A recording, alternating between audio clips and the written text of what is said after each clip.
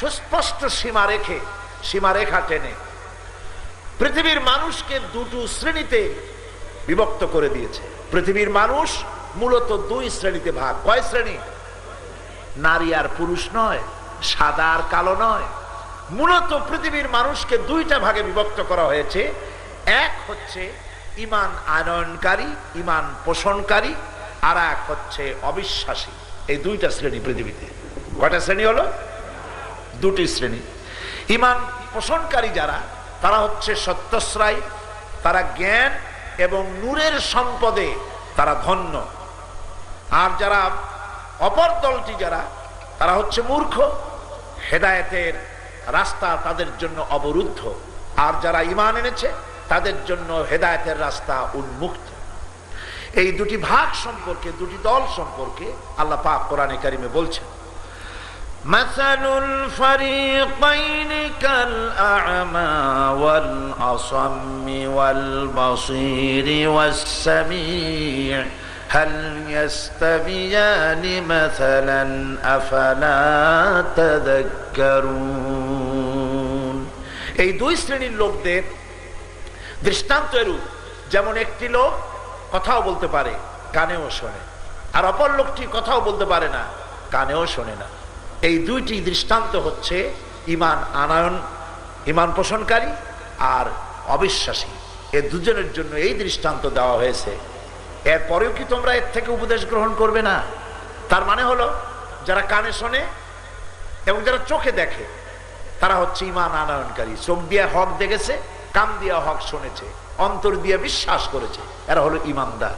আর যারা বেঈমান, তারা দেখেও দেখে না, শুনেও শোনে না। আকাশ দেখে কয় ওটা একটা নীলা নীলা দেখা যায়, আসলে আকাশ বলতে কিছু নাই। স্রষ্টা সম্পর্কে ধারণা, স্রষ্টা বলতে কিচ্ছু নাই, স্রষ্টা মানুষই সৃষ্টি করছে। পৃথিবী সম্পর্কে তাদের ধারণা যে এই পৃথিবীটা একটা অ্যাক্সিডেন্টের ফল।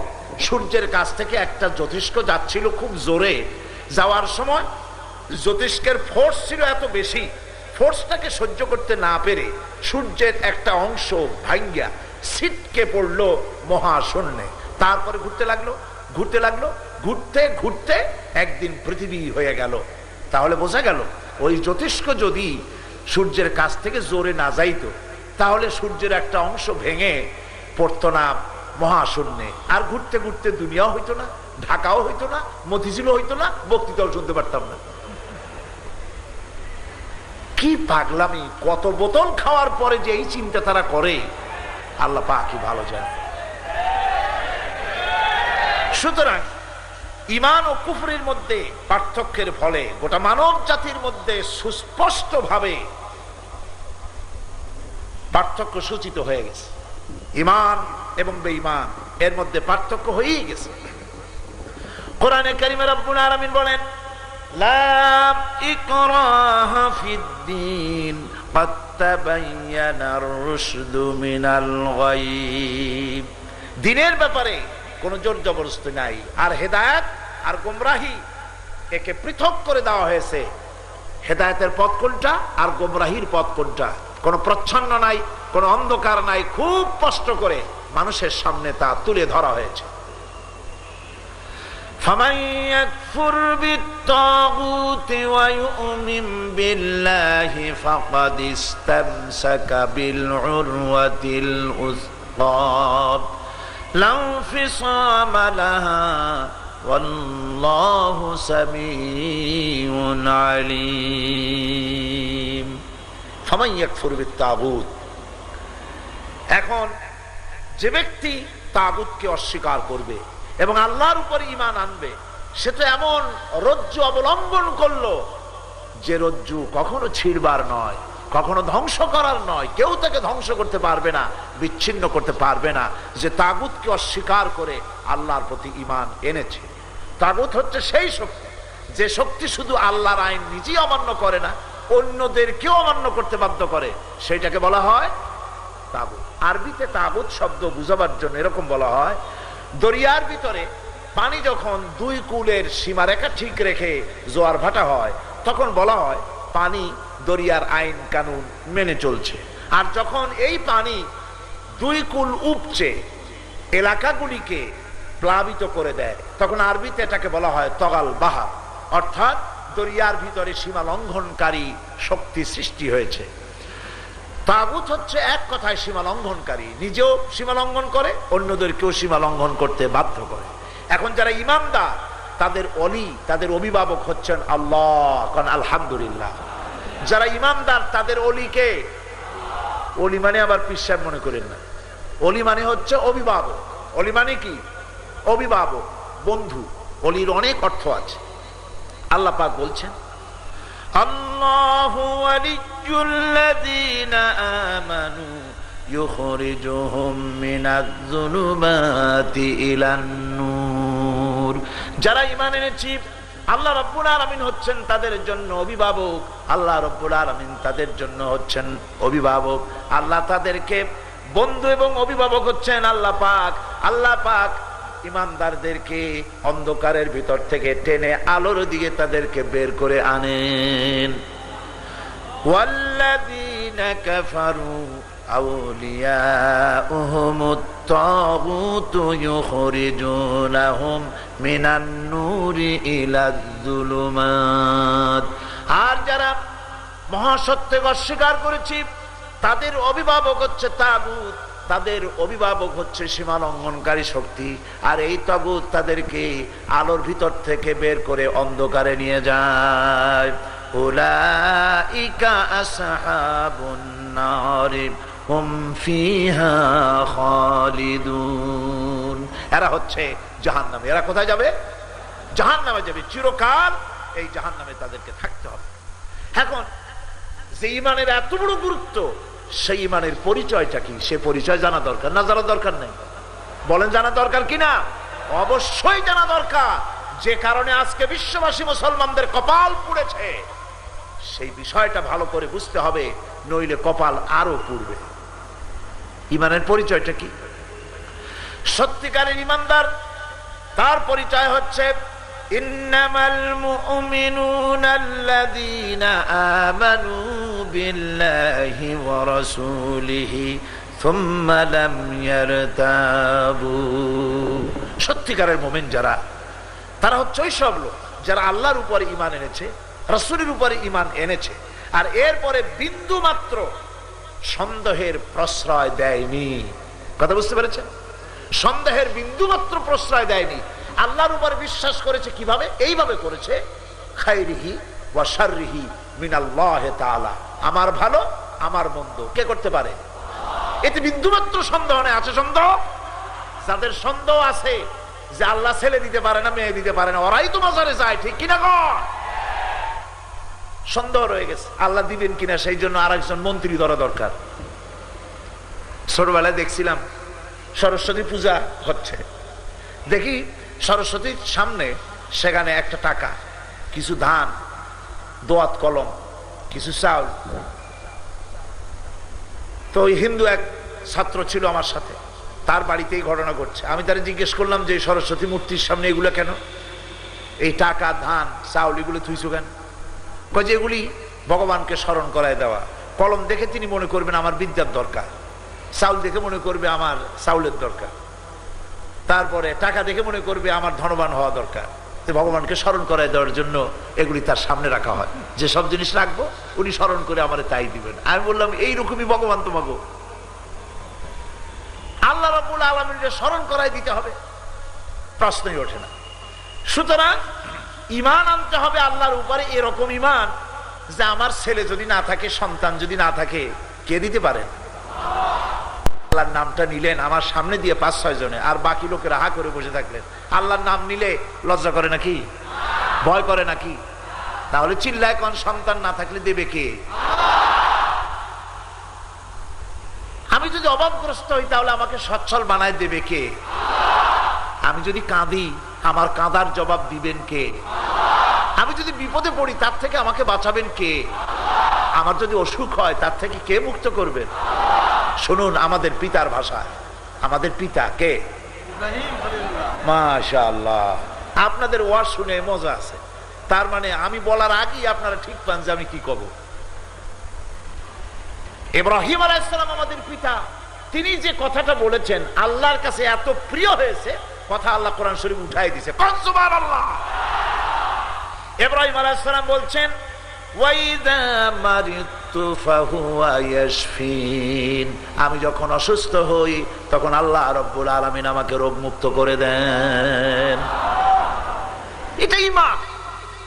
অসুখ সারে না, আপনি দৌড়ে যাবেন আজমিরে, অসুখ ভালো হয় না দৌড়ে যাবেন বাগদাদে, ওষুধ ভালো হয় না চলে যাবেন হাইকোর্টের বাজারে। ঈমান নষ্ট হয়ে গেছে। ঈমান কি হয়ে গেছে? ঈমান বরবাদ হয়ে গেছে। আল্লাহ পাক বলছেন সত্যিকারের মুমিন তো তারা, ইন্নামাল মুমিনুনা আল্লাযীনা আমানু বিল্লাহি ওয়া রাসূলিহি সুম্মা লাম ইয়ারতাবু, আল্লাহ এবং রাসূলের উপর ঈমান আনছে এমন ঈমান যে ঈমানের মধ্যে বিন্দু মাত্র সন্দেহের প্রশ্রয় দেয় না। রোগ যতই দুরারোগ্য হোক, যত কঠিন হোক, আমার রোগ থেকে মুক্ত করবেন কে? আল্লাহ। দেখেন না আইয়ুব আলাইহিস সালাম কি পরীক্ষাটা দিলেন, দেন নাই কোন? ওই রকম অসুখ হইলে আমরা কি পারবো? সামান্য জ্বর হয় 2 দিনে ছাড়ে না, তারপর কয় যে এত নামাজ পড়ি তারপরেও 104 ডিগ্রি জ্বর আমার হওয়া লাগে। আশ্চর্য কথা। হযরত আইয়ুব আলাইহিস সালাম সুদীর্ঘ 18টি বছর পর্যন্ত রোগে ভুগলেন, শরীরে পোকা হয়ে গেছে, দুর্গন্ধে এলাকার মানুষ তারে তাড়াই দিল, বউ বাচ্চা সব সরে গেল। কোরআন বর্ণনা করতেছে জঙ্গলের ভিতরে বসে হযরতে আইয়ুব কাঁদতেছেন। একবারের জন্য শিকায়ত করেন নাই রব্বুল আলামিন, আমি একজন পয়গম্বর, তুমি আমারে এমন রোগ কেন দিলাম? জনগণ দুর্গন্ধে টিকতে পারে না, একদিনের জন্য বলেন নাই। যেদিন তার জিহ্বায় পোকা শুরু হয়ে গেল, আইয়ুব আলাইহিস সালাম সেই দিন কেঁদে ফেললেন আর বললেন রব্বুল আলামিন এতদিন কথা বলি নাই, এখন কথা না বলে উপায় নাই, কারণ সমস্ত শরীর পচে গিয়েছে, পোকা হয়েছে, কথা বলি নাই। জিহ্বা ছিল জিকির করেছি, এখন জিহ্বায় পোকা হয়ে গেছে, তোমার কাছে বিনীতভাবে আকুলি বিকুলি দিয়ে বলি রব্বুল আলামিন আমার জিহ্বায় পোকা দিও না, কারণ আমার জিহ্বায় যদি পোকা হয়ে যায় তোমার মতো আল্লাহর জিকির কি দিয়া করব? জিহ্বাটা অন্তত ভালো না। সুবহানাল্লাহ ওয়া বিহামদিহি। আল্লাহ পাক সঙ্গে সঙ্গে তাকে রোগ মুক্ত করে দিলেন, যা হারাইছেন তার থেকে আরো বেশি দিয়ে দিলেন। কোন সুবহানাল্লাহ। সুতরাং আল্লাহর উপর ঈমান ওই রকম আনতে হবে। আল্লাহ আছে এরকম কথা নুরো পাগলায়ও কয়ে গেছে। আল্লাহর উপর ঈমান আনিয়া বিন্দু মাত্র সেখানে সন্দেহকে প্রশ্রয় দেওয়া যাবে না। চূড়ান্ত ক্ষমতার মালিক কে? চিৎকার দিয়ে বলতে হবে কে? এত বড় ক্ষমতা। রাতকে দিন বানান, দিনকে রাত বানান, সাগরকে নগর বানান, নগরকে সাগর বানান, মৃত্যু মানুষকে জীবিত করেন, জীবিতকে মৃত্যু করে দেন, পথের মানুষ ধরে প্রেসিডেন্ট বানায় দেন, আবার যার উপরে নারাজ হন ফাঁসির মঞ্চে ঝুলাইয়া দেন। তিনি আমার আল্লাহ। যালিকুমুল্লাহু রাব্বুকুম, এই হচ্ছে তোমার আল্লাহ, যিনি তোমাদের রব। সুবহানাল্লাহ। বিন্দু মাত্র প্রশ্রয় দেওয়া যাবে না সন্দেহে। ওর নাম ঈমান। এ হলো ঈমানের পরিচয়। এটা কিসের পরিচয়? এরপরে আল্লাহ পাক বলছেন আল্লাহর উপরে এইরকম ঈমান আনতে হবে। শক্তির মালিক তিনি, রাজত্বের মালিক তিনি, সার্বভৌমত্বের মালিক তিনি, স্বাধীনতা টিকায় রাখার মালিক তিনি, বাঁচাবার মালিক তিনি, হায়াতের মালিক তিনি, মওতের মালিক তিনি, সব কিছুর মালিক হচ্ছেন আল্লাহ পাক। কিন্তু জনগণ বোঝে না। নেতা এবং নেত্রী কিছু এরকম আছে যারা জনগণকে পাম্পট্টি দেওয়ার জন্য বলে সকল ক্ষমতার উৎস জনগণ। ভোট পাওয়ার জন্য এগুলি কয়। ঠিক পাইছেন আপনারা? আর কিচ্ছু না। সকল ক্ষমতার উৎস জনগণ, পাগলামি কথা। এই জনগণ কোন ক্ষমতার উৎস জনগণ? তুমি কিসের ক্ষমতা রাখো? পেটের মধ্যে ময়লা ভরা, নাকের মধ্যে ছাতা, দাঁতের মধ্যে ছাতা। সকল ক্ষমতার উৎস। একটা সাপ যদি ঢোকে মাহফিলের মধ্যে, দেওয়াল ভাঙ্গে দৌড় দেবে মানুষ বাইরে, এই বুঝি সকল ক্ষমতার উৎস। হ্যাঁ, আবার বলে কি, কয় যে অমুক সাহেব হসপিটালের মধ্যে মৃত্যুর সাথে পাঞ্জা লড়িতেছেন। বাবা, কানার নাম পদ্মলোচন, নিজে সোজা হয়ে খাড়াইতে পারে না, আজরাইলের সাথে পাঞ্জা লড়তে যাবে। আরে আজরাইল কি তোমার মাইক টাইসন না মোহাম্মদ আলী কিলে? কার সাথে পাঞ্জা লড়বে? সুতরাং সকল ক্ষমতার উৎস জনগণের কথা মুখে বলা হারাম, এটা বিশ্বাস করা কুফরি, এটা প্রচার করা কবিরা গুনাহ। সকল ক্ষমতার উৎস একমাত্র, কেবলমাত্র, শুধুমাত্র আল্লাহ রাব্বুল আলামিন।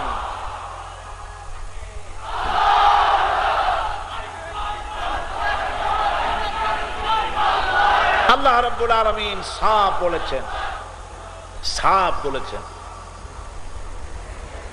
আন্নাল কুওয়াতা লিল্লাহি জামিআ, সমস্ত ক্ষমতার উৎস একমাত্র। তাহলে এই কথার সাথে কন্ট্রাডিকশন হয়ে গেল না, সাংঘর্ষিক হয়ে গেল না?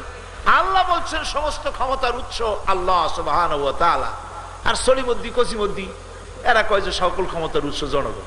হ্যাঁ, এই জনগণই থাপড়াইয়ে টাইট করে দেবে সময় আসলে। বন্ধুগণ,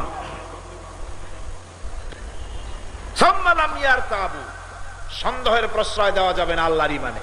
2 নম্বর হচ্ছে আল্লাহর প্রতি ঈমান, আর এরপর 1 নম্বরে আল্লাহর উপরে ঈমান, 2 নম্বরে রাসূলের প্রতি ঈমান। কার উপর ঈমান? এতেও বিন্দু মাত্র সন্দেহের প্রশ্রয় দেওয়া যাবে না।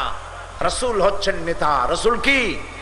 বিশ্ব নেতা, মুকাম্মাল নেতা, যার সমস্ত হুকুম উম্মতদের মানতে হবে। উম্মতদের রাসূলের হুকুম মানা সুন্নত না নফল? মাশাআল্লাহ, পরীক্ষা পাস করছেন আপনারা।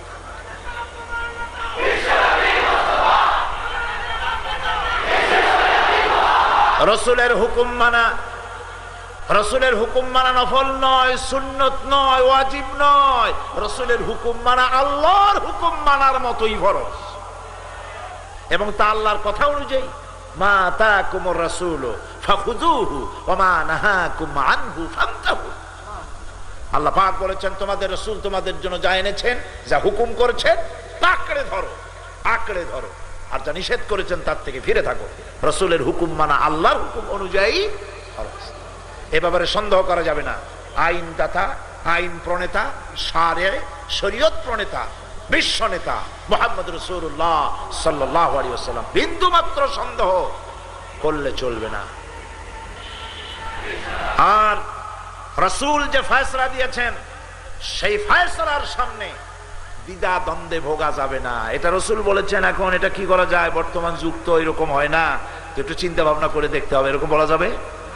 যাবে না। রাসূল বলেছেন কোন প্রশ্ন করার অধিকার কোন মুমিন পুরুষ, কোন মুমিনা নারীর এই অধিকার নাই। রাসূলুল্লাহ এই কথা বললেন কেন?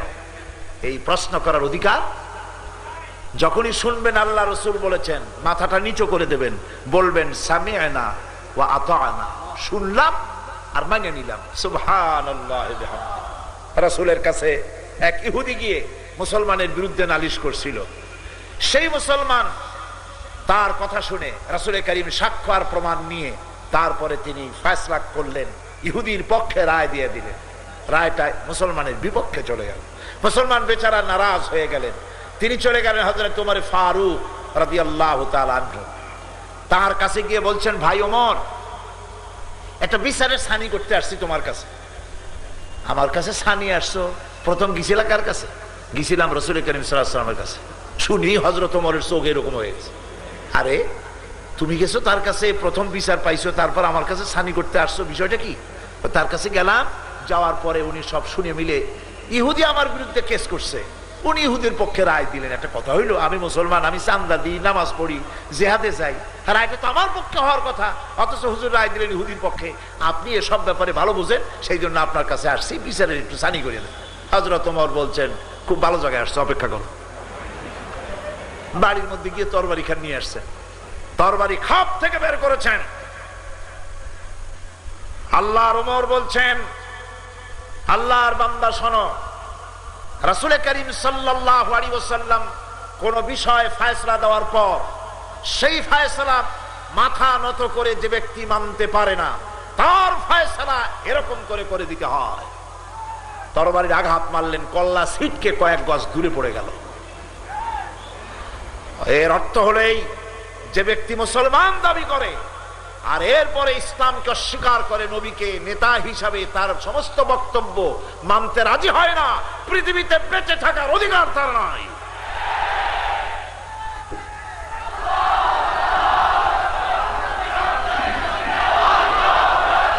সুতরাং ইমান হবে এমন ইমান আল্লাহ এবং রাসূলের উপরে, সেই ইমানের ভেতরে বিন্দু মাত্র সন্দেহকে প্রশ্রয় দেওয়া যাবে না। সলিড ইমান। কি ইমান হবে? ইমান হচ্ছে মুসলমান হওয়ার ফাউন্ডেশন। মুসলমান হওয়ার জন্য, বেহেশতে যাওয়ার জন্য ফাউন্ডেশন কি?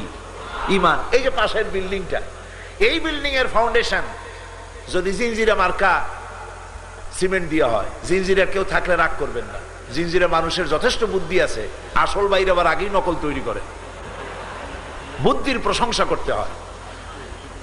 তো ওই ধরনের নকল সিমেন্ট দিয়া যদি এর ফাউন্ডেশন দেওয়া হয়, তাহলে ভূমিকম্প আসার আগেই তো ভাঙিয়ে শেষ হয়ে যাবে। ঠিক কিনা কর, জোরে কন ঠিক কিনা? ফাউন্ডেশন মজবুত হতে হবে, বাইরের চাকচিক্য থাকুক আর নাই থাকুক। মুসলমানের সবচাইতে বড় ফাউন্ডেশন হচ্ছে তার ইমান। ফাউন্ডেশন কি? ইমান যদি মজবুত হয় তাহলে দুনিয়া এবং আখিরাতে নাজাত পাওয়া যাবে।